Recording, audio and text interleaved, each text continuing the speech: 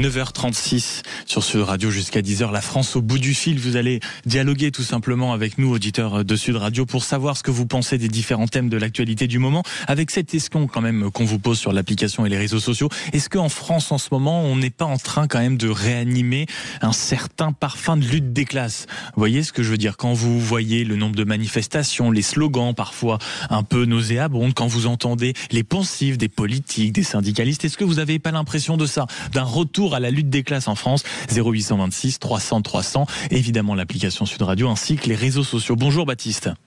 Bonjour Maxime. Merci beaucoup d'être en direct avec nous sur Sud Radio. Est-ce que vous avez l'impression, Baptiste, de vivre un peu un début de retournement, c'est-à-dire un retour à cette idée de la lutte des classes, ou alors pas du tout? Je ne sais pas s'il y a un retour à la lutte des classes. En revanche, ce qui est sûr, c'est qu'il y a un fossé qui se creuse entre les très très riches et le reste. Et là, vraiment, il faut prendre des chiffres qui existent. On parle de peut-être des 3000 personnes les plus riches de ce pays qui se gavent, qui amassent des richesses dans tous les sens, qui héritent de leur richesse, qui fournissent pas le moindre effort autre que d'avoir chié dans la bonne couche à la naissance. Et l'écart est devenu abyssal. La fortune des milliardaires est quasiment multipliée par 10 sur les 20 dernières années. Je ne suis pas sûr que votre salaire ait été multiplié par 10, Maxime. Et le mien non plus.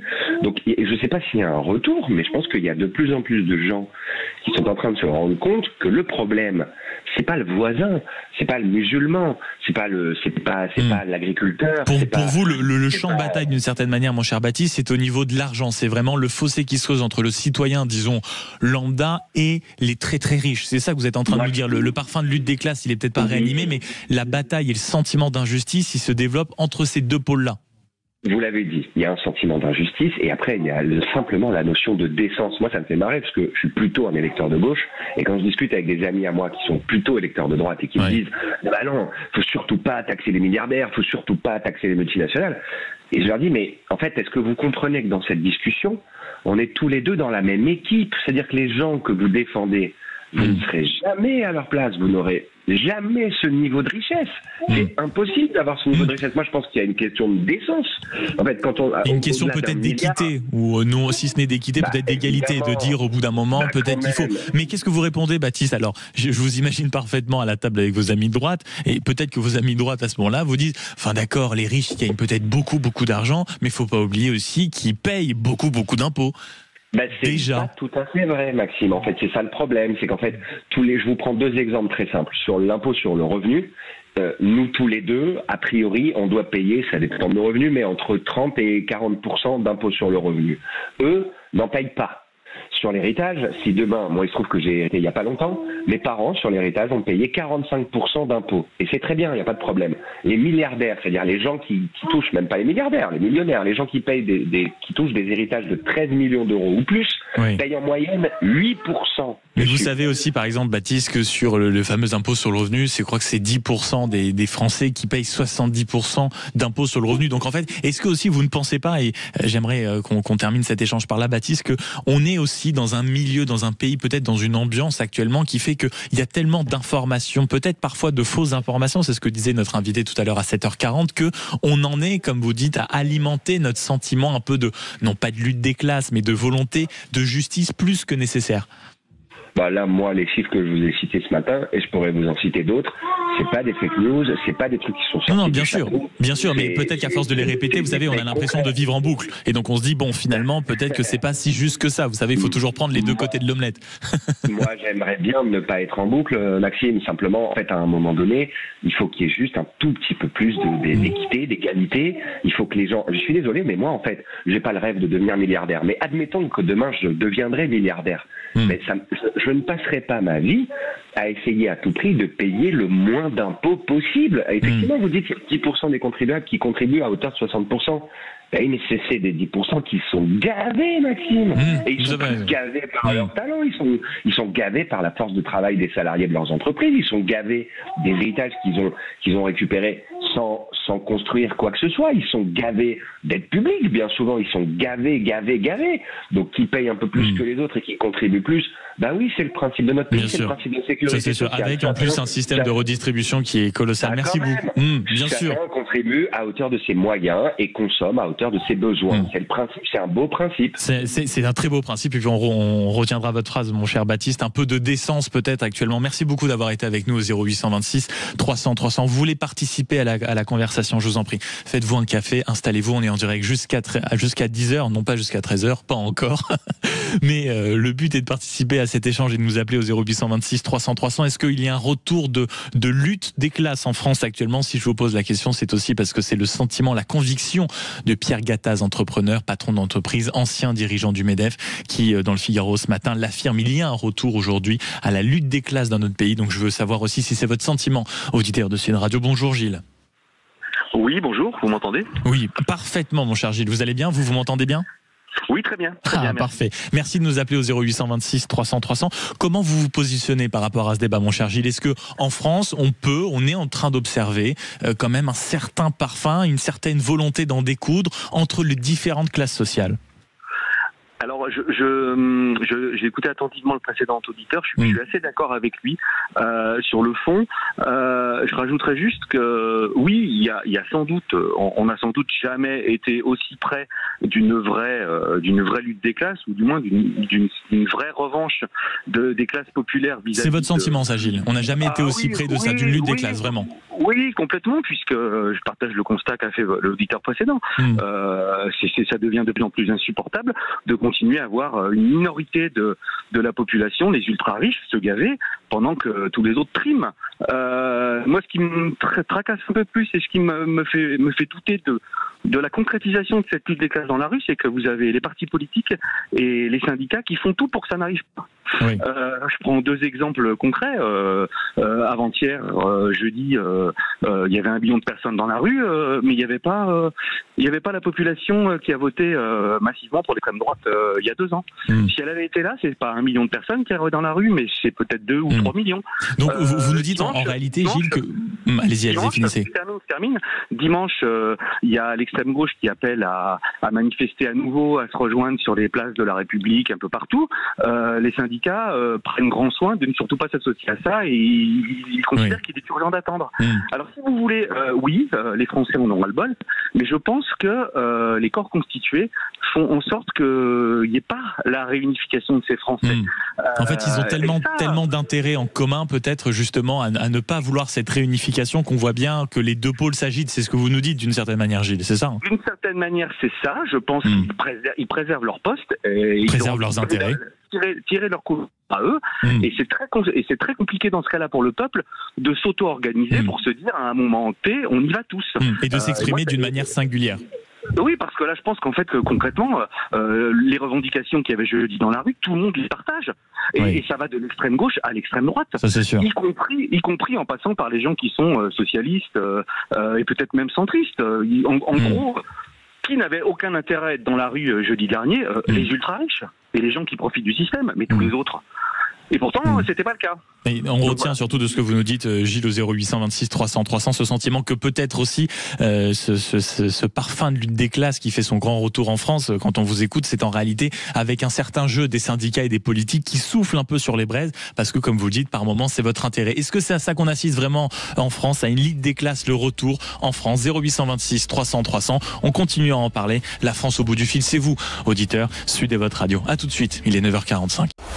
Sud Radio, le grand matin week-end, 6h-10h, Maxime Liédo. 9h48, la France au bout du fil, c'est vous, auditeur de Sud Radio. 0826 300 300, toujours sur cette question qu'on vous pose. Les réseaux sociaux de Sud Radio, l'application Sud et le site internet, bien évidemment, et le standard, toujours 0826 300 300. Bonjour Xavier. Bonjour Maxime, bonjour Sud Radio. Merci beaucoup d'être avec nous ce matin. Quel est votre sentiment, votre sensation? Tout à l'heure, on n'a pas eu le temps de prendre votre coup de fil, mon cher Xavier. Vous avez appelé après quoi? Après ma petite carte blanche concernant la lutte des classes et le fait que, notamment, le pays était peut-être un peu plus prêt que les politiques à faire des efforts. Mais la lutte des classes, vous y croyez? C'est ce que vous constatez? Je pense que comme Laurent Geoffrin, déjà, je vous dirais que la question n'est pas forcément bien posée, mais vous allez me répondre qu'elle est posée pour susciter de la réaction, et pour le coup, dans ce cas-là, l'objectif est atteint. Alors, voilà. Et je suis ravi de vous avoir, vous voyez, Xavier. Mais moi, je suis ravi de vous parler. La question qui était de dire est-ce que la lutte des classes est ravivée, en fait, elle est mal posée. Pourquoi ? Parce que la lutte des classes, elle a toujours existé. La lutte des classes, elle permet de comprendre la société. Elle a été élaborée au 19e siècle. C'est un concept sociologique. Et d'ailleurs, pour preuve, vous pouvez écouter Warren Buffett, un des plus grands milliardaires au monde, qui a dit en 2005, il existe une lutte des classes, mais c'est ma classe, la classe des riches, qui mène cette guerre. Et nous sommes en train de la gagner. Voilà ce qu'a déclaré un des plus grands milliardaires au monde en 2005. Aujourd'hui, effectivement, 20 ans plus tard, on peut constater que les milliardaires ont gagné cette lutte des classes. Par exemple, on constate qu'en dans le monde, il y a 30 milliardaires qui détiennent 50% de la richesse mondiale. En France, par exemple, entre 2017 et 2025, les 500 plus grandes fortunes, en 2017, elles possédaient 20% en richesse évaluée de la valeur du PIB. Aujourd'hui, elles en possèdent 42%. Donc on voit qu'il y a vraiment un mouvement général d'enrichissement sans fin et complètement délirant au profit d'une toute petite classe minoritaire. Et ce que je voudrais dire d'important à votre micro aujourd'hui, c'est que ça se traduit par tout un tas d'aspects. On voit qu'on a un président, par exemple, qui a été élu sorti d'un chapeau, un ancien banquier d'affaires, Macron, que personne ne connaissait, qui du jour au lendemain devient président de la République, évidemment aidé en cela par tous les médias qui sont détenus par ces mêmes milliardaires. Il y a un effet d'entraînement, en fait, c'est ça que vous nous dites, Xavier. C'est que quand on regarde cette question de lutte des classes, on ne peut pas ne pas la voir quand on sait qu'il y a énormément de médias détenus par des millionnaires, des milliardaires, et que ça crée forcément une influence dans le pays. C'est ça que vous nous dites. Je suis enseignant en droit et en économie de l'audiovisuel, et donc mon travail, c'est d'enseigner aux élèves comment fonctionne l'environnement économique et juridique de l'audiovisuel. Et on constate que 90% des médias sont détenus par les milliardaires, et qu'une grande partie de ces médias ne gagnent pas d'argent. Ces médias sont là pour influencer l'opinion publique et sont un outil de manipulation politique au service des milliardaires qui ont comme ça le moyen de faire en sorte que les gens adoptent les intérêts des milliardaires et adoptent les mêmes logiques de pensée et finissent par défendre sans s'en rendre compte les intérêts des milliardaires. Et après ils ont leurs marionnettes, les politiciens, l'argent est le véhicule qu'il peut avoir quand on a énormément d'argent. Merci beaucoup Xavier d'avoir été avec nous et on vous a entendu on a entendu votre point de vue qui était clairement dans la droite lignée du parler vrai, le slogan de Sud Radio. 0826 300 300 pour poursuivre ce dialogue en ce samedi matin, amis auditeurs. Il est 9h51 sur cette question. Est-ce que vous avez l'impression d'assister à un retour de la lutte des classes pure et dure en France? 0826 300 300. Bonjour Bruno. Bonjour, je salue toute l'équipe. Merci beaucoup, voilà, tout le monde vous en remercie mon cher Bruno. La France au bout du fil, dites-nous ce que vous en pensez. Ce parfum de lutte des classes, il est de retour aujourd'hui? Je pense que le débat est très malsain. Je pense qu'il est très malsain parce que ce n'est pas avec un sentiment de jalousie qu'on peut faire progresser les choses. Il y a des réformes profondes qui peuvent être faites, et notamment une, je pense, qui relève totalement du libéralisme, c'est d'éviter les positions dominantes économiques. C'est-à-dire que quand les gens ont des positions dominantes économiques, il n'y a plus de concurrence. Il n'y a plus de concurrence, il n'y a plus de possibilité de pouvoir gagner de l'argent. Donc par voie de conséquence, je pense que prendre l'argent, le principe qui consiste à dire de prendre de l'argent dans la poche des riches pour le donner aux pauvres, qui relève de la politique de Robin des Bois, encore que Robin des Bois, lui, prend de l'argent aux shérifs, c'est-à-dire à l'État. C'est ça. Mais je pense que c'est malsain et je pense qu'il faut donner la possibilité. Mais c'est important quand même ce que vous dites, pardon Bruno, parce que ça fait plusieurs fois pour le répéter, je me permets de m'arrêter dessus, sur l'importance du mot malsain. Vous avez commencé votre discussion en disant ce parfum de jalousie. Donc vous avez quand même l'impression un peu que c'est ça, c'est-à-dire que les uns jalousent les autres, qui en jalousent encore d'autres, et donc on s'installe dans un climat de méfiance, de vigilance généralisée qui provoque ce sentiment que vous décrivez malsain, d'envie, de jalousie, parfois même de détestation, pouvant aller jusqu'à la haine. Alors, pour moi, c'est pas un sentiment, c'est une réalité. Non, mais le sentiment, c'est ce que ça provoque chez nous. Vous voyez ce que je veux dire. Effectivement, ça, le moteur du système de répartition collectiviste est fondé sur cette réalité, c'est-à-dire sur la jalousie, sur cette déviance psychologique, Mais quant à ça, pour moi, c'est une cause. Quant à la possibilité de trouver une solution, eh bien, elle résulte, comme je vous l'ai déjà dit, dans la possibilité de vraiment casser des monopoles financiers, casser des monopoles financiers. Oui, vous l'avez dit, une sorte de choc libéral pour casser ce monopole et accessoirement peut-être avoir non seulement éviter ce sentiment de jalousie et avoir une vraie situation de ruissellement, comme on disait à l'époque. Merci beaucoup. Voilà. Merci beaucoup, mon cher Bruno, d'avoir été avec nous au 0826 300 300 et saluez bien le Gers de ma part parce que c'est de là-bas que vous nous appelez. La France au bout du fil, 0826 300 300. Est-ce qu'on assiste à un retour de la lutte des classes, en tout cas de manière un peu plus importante depuis quelques temps? Bonjour Fabrice. Oui, bonjour Maxime. Merci beaucoup d'être avec nous en direct sur Sud Radio. Vous allez bien? Oui, parfaitement. Comment vous regardez ce débat, vous, mon cher Fabrice? Est-ce que, à l'instant, on nous le disait, c'est-à-dire que ce climat est un peu malsain, il suscite jalousie ou autre? Est-ce que vous rejoignez, on va dire, ce qualificatif et cette impression sur le sentiment malsain, sur le climat malsain actuellement en France?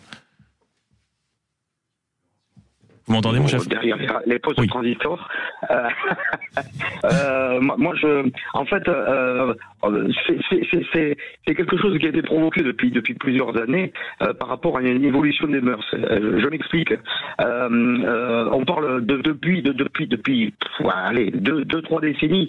Les droits et les devoirs, on les oublie. Moi, je suis issu d'une famille d'agriculteurs. Je ne connais aucun feu, aucun légume qui pousse sans qu'on ait semé. Donc moi, j'ai l'habitude de dire que les droits, c'est la récolte, et ce que l'on sème, c'est les devoirs.